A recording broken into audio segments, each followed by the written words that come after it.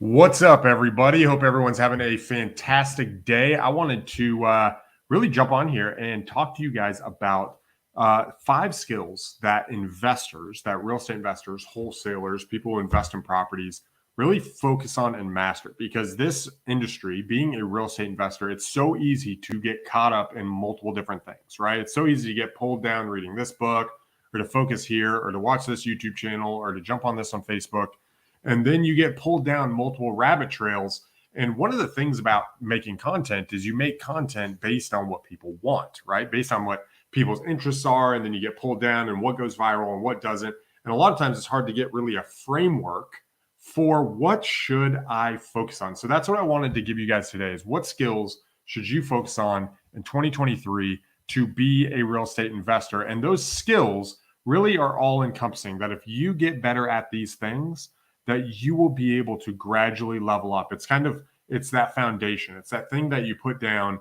And as you learn, you're just equipping yourself so you don't get caught up in shiny object syndrome or get pulled off this way or get pulled off that way. And so that's what I want to jump into today. And this is really what it's done. You know, when I was jumping into real estate, I think it was my third year. Okay. It was around 2015.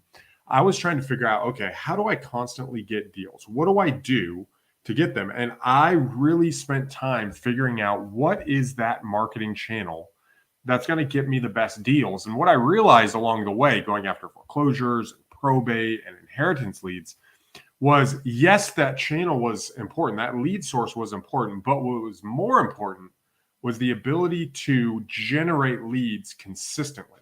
Where my phone doing direct mail was constantly ringing continuously over time. So I had that pipeline go in. There's a book called Fanatical Prospecting by Jeb Blount, I believe. And he talks about that prospecting is really one of the key sources that you should do. So the first thing you should focus on as a real estate investor is this idea of constant lead generation. Okay. If you're going to buy houses, if you're going to find houses, the ability to constantly generate leads is super important. And that doesn't just mean seller direct leads, right? There's 6 sources that you can actually pull leads from and 6 ways you can generate. Some of them is seller direct, where you process them, you go through a call, you make an offer. Some of them is relational based, okay, where you have a relationship with somebody and they bring you deals. And other of it is data processing based, where you start getting emails, you start fundamentally looking at them and you underwrite and you make offers. But there's 6 ways that you can focus on, which I actually get to in the Acquisition University, which you can jump in. But your ability to master lead generation is so key. And some of these other 5 ones, if you can focus here, it'll actually give you the framework for being able to step in and say, you know what, I know exactly what properties I want to get. I know exactly which direction I want to get. And really, guys, you know, in my success as a real estate investor and just being able to do hundreds of properties over the last few years, simply has come down to that first thing, is being able to generate leads. Because as I was at Sprint and Chase a number of years ago, they said you need butts and seats, right? If someone's in front of you and you're presenting, eventually they're going to say yes. And so if you can just focus on lead generation, on marketing, on getting that engine turning, that is the most important thing that you could focus on in today's market, especially because, you know, it might have taken 34 leads to a deal 2 years ago. Now it's more than that. It's maybe not double, but it's nearly double. And so your ability to generate opportunities, to have conversations is so critical. Skill number 2 is your ability to sift through and manage your priorities. Okay. Not manage your time, but manage your priorities, because priority management is one of the things that I struggle with constantly. With, is this a tier 1? Is this a tier 2? Should I focus on this? Should I focus on this? What are those things that take my time? And it's not really time management, right? It's not really putting together your calendar, but really, where should my priorities be? Specifically in business. I watched another podcast recently, and the way he described it was, I'm doing business to make the most money possible if you're operating on your own. So what are the activities I can do that leverage as much what's up, Randy? I hope you're doing good, man. I hope to see you Thursday with the invite. But what are those activities that you can do that leverage success in the marketplace, right? That create more success. What are those priorities you should focus on? Is it talking to sellers? Is it creating a system for acquisition coordinators in your team? Is it hiring a dispo manager? Is it creating relationships that allow you to leverage time and success to the maximum benefit? Because remember, we all have the same amount of time. It's just a matter of what we do with that time and what is the most valuable activities that you can focus on. And we're going to talk about sifting through opportunities here in a minute, and how sifting through how you can leverage that and some of the things I'm doing as we do that. But focusing on those priorities and being able to really nail down, you know what, this is what I should do, will give you clarity, and it will help you realize that, this is what I should be doing. Because a lot of times we get paralyzed in inaction because we don't know what to do, right? We get lazy, not because we're lazy people, but because there's confusion and there's lack of clarity. And so if you can sit down and say, these are my priorities, right? By the end of January, I need to get the 1099s out. By this time, by the end of January, I want to have these 5 things done. I want to have these videos out. I want to talk to this many sellers. I want to have this many conversations. Being able to identify those priorities will help you massively. And that's why I put it as the second, one of the most important skills that you should be able to focus on, is your ability to sift through and figure out what priorities you should put in place. This week, I'm actually launching the Acquisitions University Weekly. It's on Thursday. And one of the things we're going to talk about is that first point, is being able to figure out what are the 6 ways that you can find deals in today's market, whether you're good at sales or whether you're not good at sales. And we're going to go into a deep dive this week on that. But part of that is figuring out, what should you focus on, not just in leads, but where should you put your time? And do you know yourself? Should you focus on the sales process and talking to sellers, or should you focus on building relationships? Or should you focus on JVs? Or should you focus on, analyzing and underwriting? And where do your skills match up with your best chance of getting deals? And this comes down to priority management on what you're good at and the best way to make money in real estate. Thing number 3 that you guys should focus on is comping properties, all right, is the underwriting process, especially today. In years past, as long as I've been an investor, let me put it that way, as long as I've been, since December 2012, comping and evaluating properties has been fairly straightforward, okay? There's a number of things that you can do to figure out the criteria to comp. But one of the things is you could look at the history and judge that that's what this property is going to sell for. Oh, and as the market's going up, it can potentially sell for more than what I'm estimating.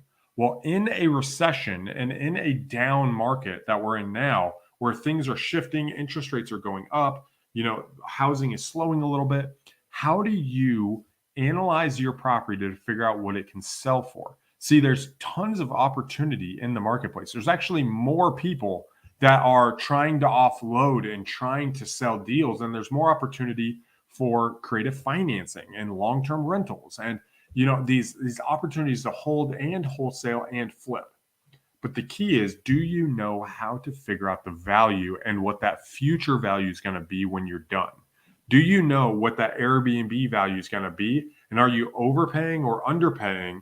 And what is that monthly cash flow going to be at the end of the day? Or what is that flipper's profit going to be when they're said and done after they've gone through this entire process? That comes with understanding labor costs. That comes with understanding repairs. That comes with understanding interest rates and how it affects the bottom line.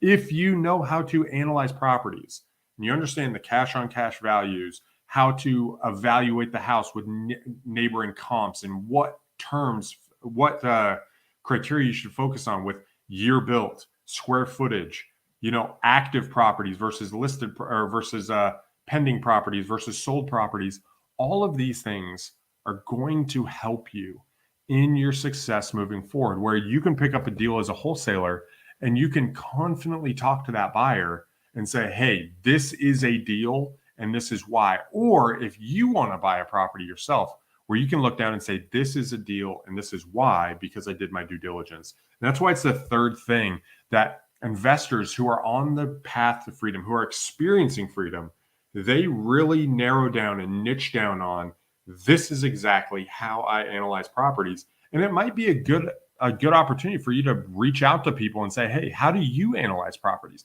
Get some guys that have bought 50 deals and are holding properties and ask them, how are you underwriting your deals to make sure they make you money? Is there any horror stories? Is there any things that are best practices that you do, especially now in today's market?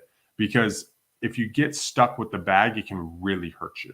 And so understanding the value of those properties, guys, is absolutely, absolutely critical. And that's why I put it as the third skill that you should master as a real estate investor. The fourth thing that I put is your ability to sift through both people and properties. Okay, this is very similar to the last one, but it's a little bit different. How do you sift through the crowd of, if you're talking to sellers or you're talking to relationships, of being able to tell, is this person going to help me on my goals, or are they sidetracking me, right? Are they just, sucking information out of me? Are they just wasting my time? Or is there an opportunity for us to add value here? Is this seller really motivated?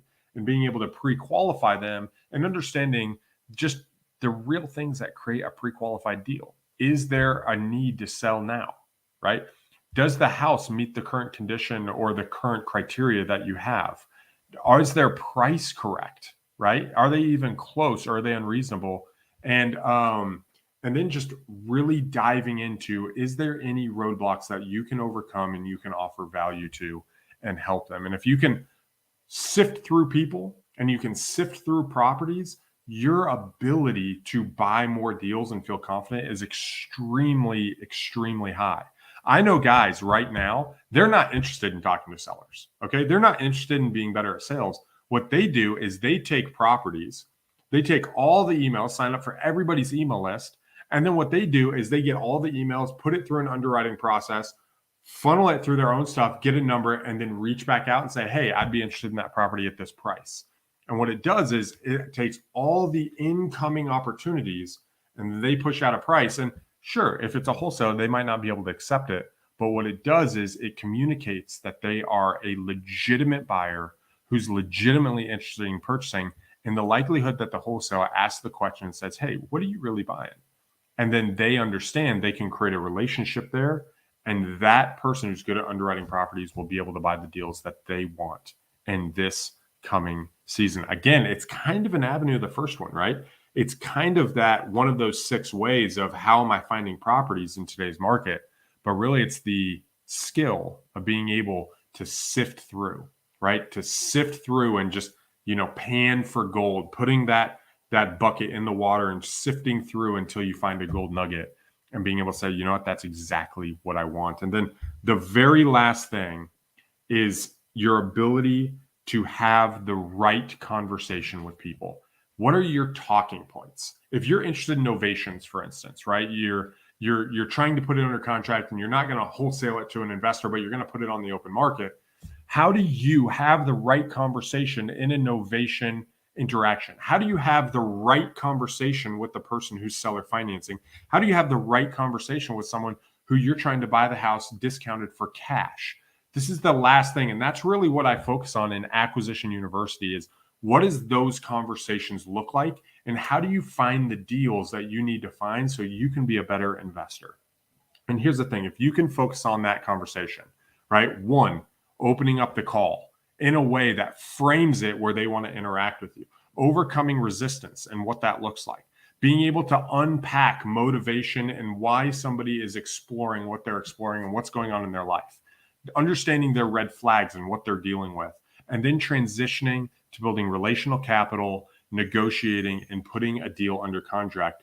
Being able to have that right framework, to have those conversations with the right talking points, depending on your strategy, is absolutely crucial. No matter if it's relational selling, if it's talking to motivated sellers, talking to realtors, or talking to JV partners, your ability to have that right conversation is absolutely key. So if you guys are interested in learning more and wanting to figure out how do you deploy these skills to get more deals in real estate, to whether you're a wholesaler or an investor, go to Acquisitions University. We're launching our weekly call. We're calling it the weekly, where we're going to be doing deep dive into the curriculum to find deals, to talk to sellers. And there's 6 ways that we're going to be going over this week on how you can find more deals. It doesn't matter if you're a wholesaler, if you're looking for more rental properties, if you're looking for Airbnb properties, or if you're in commercial. We're going to show you the ways that you can find the deals that you're looking for in the weekly starting this week where we're launching that curriculum.